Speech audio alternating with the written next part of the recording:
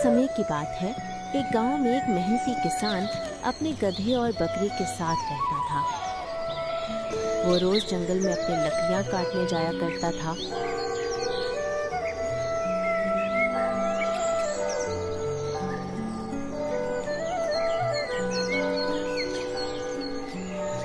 और शाम होने से पहले अपने गधे पर लकड़ियां रखकर वापस आ जाया करता था।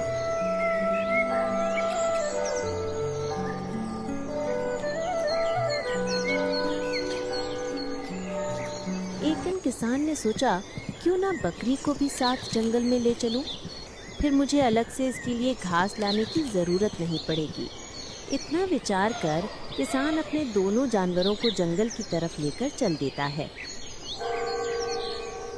बकरी और गधा बचपन से किसान के साथ रह रहे थे, जिसकी वजह से दोनों काफी अच्छे मित्र भी थे और हमेशा एक दूसरे के काम आते।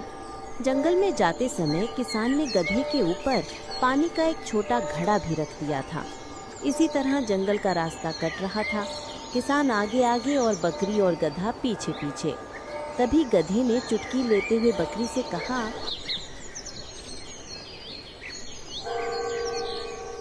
ओ बकरी बहन, मैं अकेले ही लकड़ियाँ उठा कर ले आता। तू इतनी सुबह क्यों परेशान हो रही है? थक जाएगी। अरे पगली, अगर मैं तेरे साथ रहूंगी तो काम जल्दी खत्म होगा और जब दो दोस्त मिलकर काम करेंगे तो ज्यादा लकड़ियाँ भी इकट्ठा होंगी और मालिक की अच्छी कमाई भी। सच कहती है, तू सच में मेरी सच्ची साथी है। लेकिन मालिक ने ये पानी का मटका क्यों रखा है तेरे ऊपर? जंगल में नदी तो है ही। अरे पगली, हमारे मालिक बहुत ही समझदार हैं। उन्हें पता है नदी के पास जंगली जानवर रहते हैं। अगर हम वहीं पानी पीते और कोई पीछे से आ जाता तो भाग भी नहीं पाते। इसीलिए मालिक ने मटका मेरे ऊपर रखा होगा।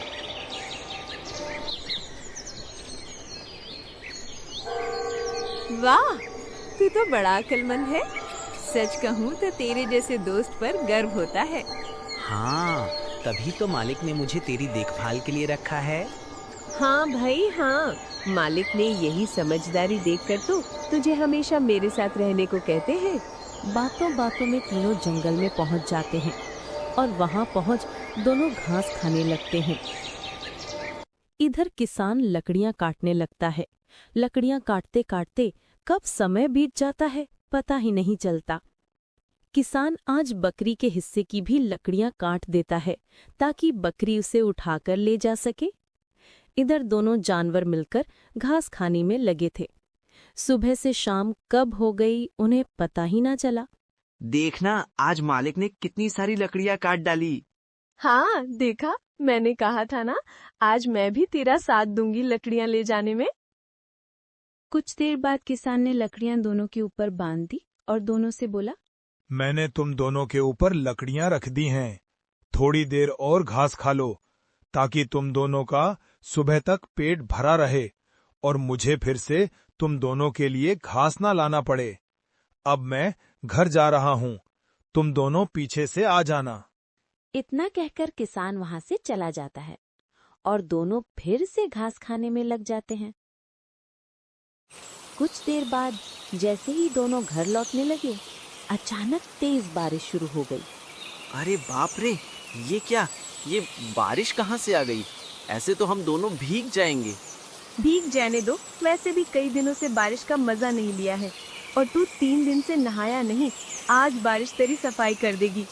अरे मजाक मत कर, हम भीगेंगे तो ये लकड़ियाँ भी भीग जाएगी। फिर मालिक कैसे इन गीली लकड़ियों को बेचेंगे? जल्दी कहीं छिपते हैं। छिप तो जाएंगे, पर ये क्या? मालिक जाते जाते तेरे गले में ये चमकीला पत्थर क्यों बांध गए?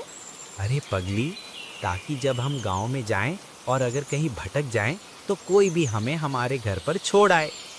अब बातों में समय मत बिता, नहीं तो हम सच में भीग जाएंगे। चल जल्दी कहीं छिप जाते हैं। दोनों वहां से भाग खड़े हुए। भागते भागते दोनों को सामने एक गुफा दिखी और वे लकड़ियों का गट्ठर संभालते हुए उसमें घुस गए। अंदर घुसते ही उन्हें चारों ओर हड्डियां दिखाई दी। हे भगवान, कितनी जोरदार बारिश हो रही है। लग नहीं रहा कि जल्दी रुकेगी। ऐसे में घर पहुंचते पहुंचते तो रात हो ही जाएगी। सुनो, देखो ना, इस गुफा के अंदर कितनी सारी जानवरों की हड्डियां पड़ी है। ये किस जानवर की गुफा हो सकती है? ये कहाँ फंस गए हम दोनों? मुझे भी नहीं पता। मैं पहली बार इस रास्ते से आया हूँ। बारिश के कारण हम उल्टी सीधी दिशा में भाग आए। अब तो समझ ही नहीं आ रहा। दोनों घबराकर गुफा में चारों तरफ देखते हैं और बहुत ज्यादा डर जाते हैं। अरे, इतनी हड्डियां देखकर तो लगता है ये गुफा किसी शेर की है। नहीं, ऐसा लग रहा है कि हम किसी बड़ी मुसीबत में फंस गए हैं। क्या? तो हमारी जान को सच में खतरा है। हमें तुरंत यहाँ से निकलना होगा, इससे पहले कि शेर लौट आए। हाँ, तुम बिल्कुल सही कह रही हो। बाहर जाएंगे तो बस भीगेंगे, लेकिन यहाँ रहे तो शेर हमें जिंदा खा जाएगा। जल्दी चलो, देर मत करो। दोनों जैसे ही गुफा से निकलते हैं, सामने एक शेर आता है। उसकी जबड़ी में एक मरा हुआ शिकार है और वो धीरे धीरे गुफा की ओर बढ़ रहा था। उफ, इस बारिश ने तो नाक में दम कर दिया है। अब जल्दी से गुफा में जाकर आराम करता हूँ और इस नरम नरम हिरण का स्वाद लेता हूँ। अरे नहीं, हमारी मौत तो हमारे सामने चली आ रही है। अब क्या होगा? शांत रहो बकरी बहन, मुझे कुछ सोचने दो। कोई ना कोई रास्ता तो जरूर होगा ही होगा इस मुसीबत से बचने का। अब तो हमारी खैर नहीं, शेर यहीं आ रहा है। आज तो हम भगवान को प्यारे हुए समझो। चुप रहो, डर हमें और कमजोर बना देगा। मेरे पास एक तरकीब है, जैसा मैं कह रहा हूँ तुम बस वैसा करती जाओ। इतना कहकर गधे ने बकरी को धीरे से कुछ कहा और फिर गधा जोर जोर से गुफा की दीवार पर पैर मारने लगा। आवाज सुनकर शेर ठिठक गया। हाँ, ये कैसी अजीब आवाज है? और ये तो मेरी गुफा से ही आ रही है। लगता है कोई मेरी गैर मौजूदगी में मेरी गुफा में घुस आया है। अभी जाकर मैं उसे सबक सिखाता हूँ।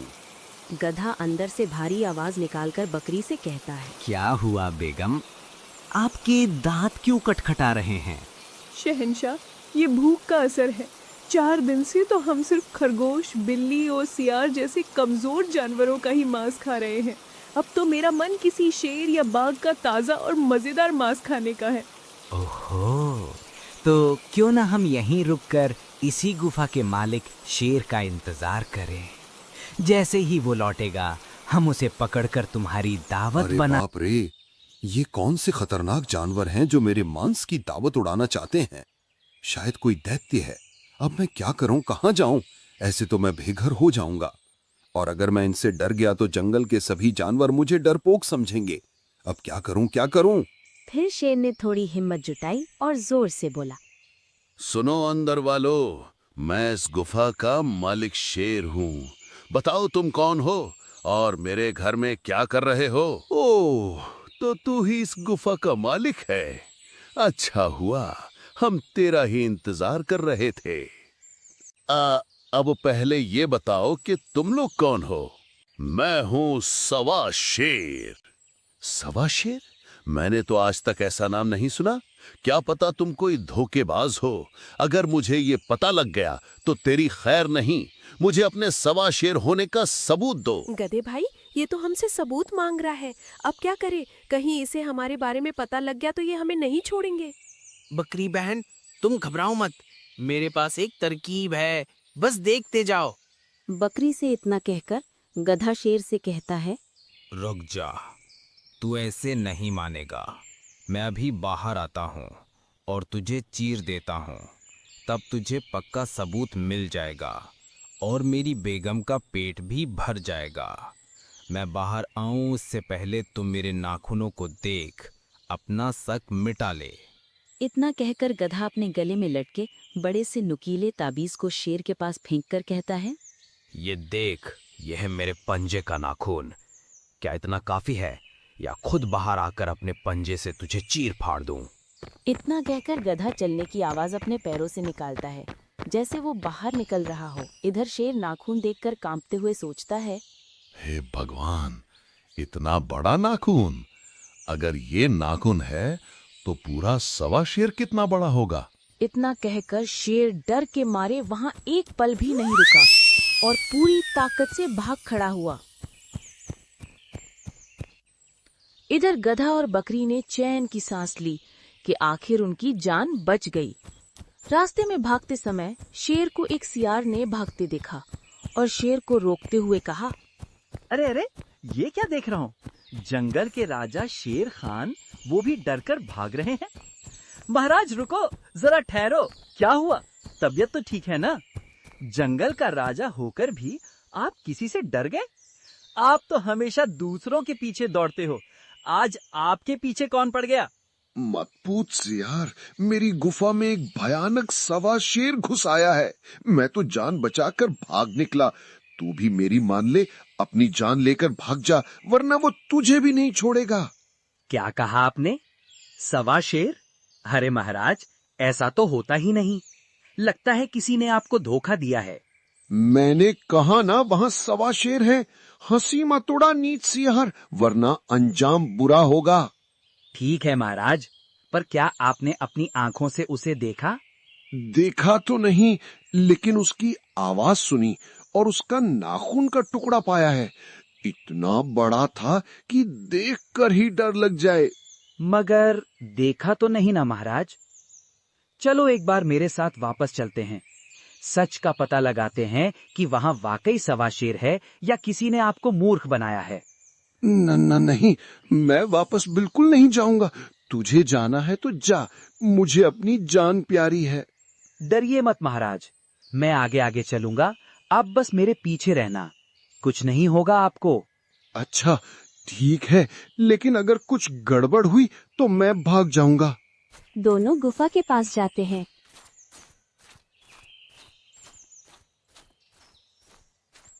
अरे, ये शेर फिर से क्यों लौट आया?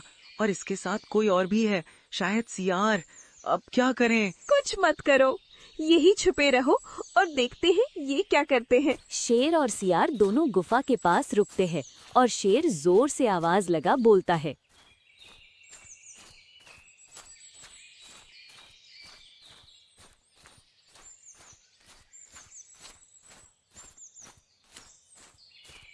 सुनो, मैं कोई कमजोर नहीं हूं। ये नाखून जो बाहर मिले हैं, मेरे पास भी बहुत हैं। ऐसे नाखून से मैं नहीं डरता। शाबाश महाराज, यही हुई ना असली जंगल के राजा वाली बात। गधा और बकरी अंदर परेशान हो जाते हैं। तभी गधे को एक उपाय और सूझता है। ये शेर मान ही नहीं रहा, अब तो हमें कोई चाल चलनी होगी। बकरी, तुम जोर जोर से आवाज करो। और हाँ, वो मटका कहाँ है?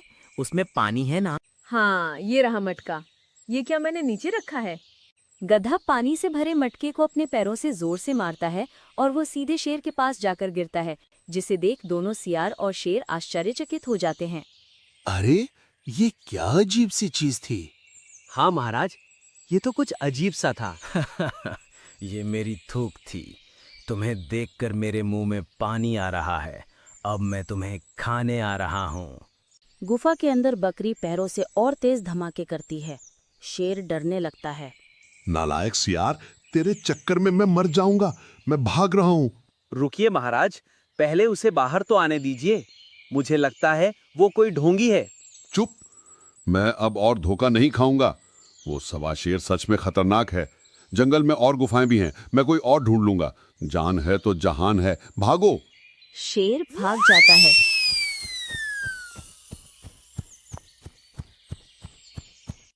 गधा और बकरी राहत की सांस लेते हैं और बाहर निकल आते हैं, पर सियार अब भी वहीं खड़ा था और उन्हें देख कहता है, ओह, तो ये तुम दोनों थे। तुम्हें लगता है तुमने शेर को उल्लू बना दिया, पर मुझे सब पता लग गया। अब तुम दोनों की खैर नहीं। मैं फिर से शेर को बुलाकर लाता हूँ और तुम दोनों का शिकार करवाता हूँ। फिर शेर भी मुझे कुछ हिस्सा दे देगा।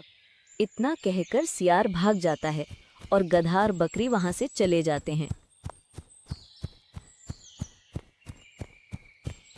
सियार शेर के पास पहुंचता है और कहता है, महाराज रुकिए, वो कोई सवा शेर नहीं था। वे तो पासजे गांव से आए दो जानवर थे, एक बकरी और एक गधा। उन्होंने चालाकी से आपको डरा दिया। चलो वापस चलकर देख लो। ये क्या कह रहा है? सियार, कहीं तू पागल तो नहीं हो गया? ऐसा कैसे हो सकता है? क्या सच में ऐसा है? इतने में पास में ही पेड़ पर बैठा कौवा बोल पड़ता है। क्या माजरा है शेर खान? मुझे भी तो बताओ, शायद मदद कर सकूं। मेरी गुफा में सवा शेर और उसकी शेरनी घुसे थे। मैंने उनके नाखून और थूक देखे, पर यह सियार कहता है कि वो गांव से आए जानवर थे। महाराज, ये सियार तुम्हें धोखा दे रहा है। शायद वो सवा शेर से मिला हुआ है और तुम्हें वहां ले जाकर खुद भी तुम्हारा मांस खाना चाहता है। तो तू गद्दारी कर रहा है। अब तुझे छोड़ूंगा नहीं। शेर गुस्से में सियार को पंजे से मार देता है और चला जाता है।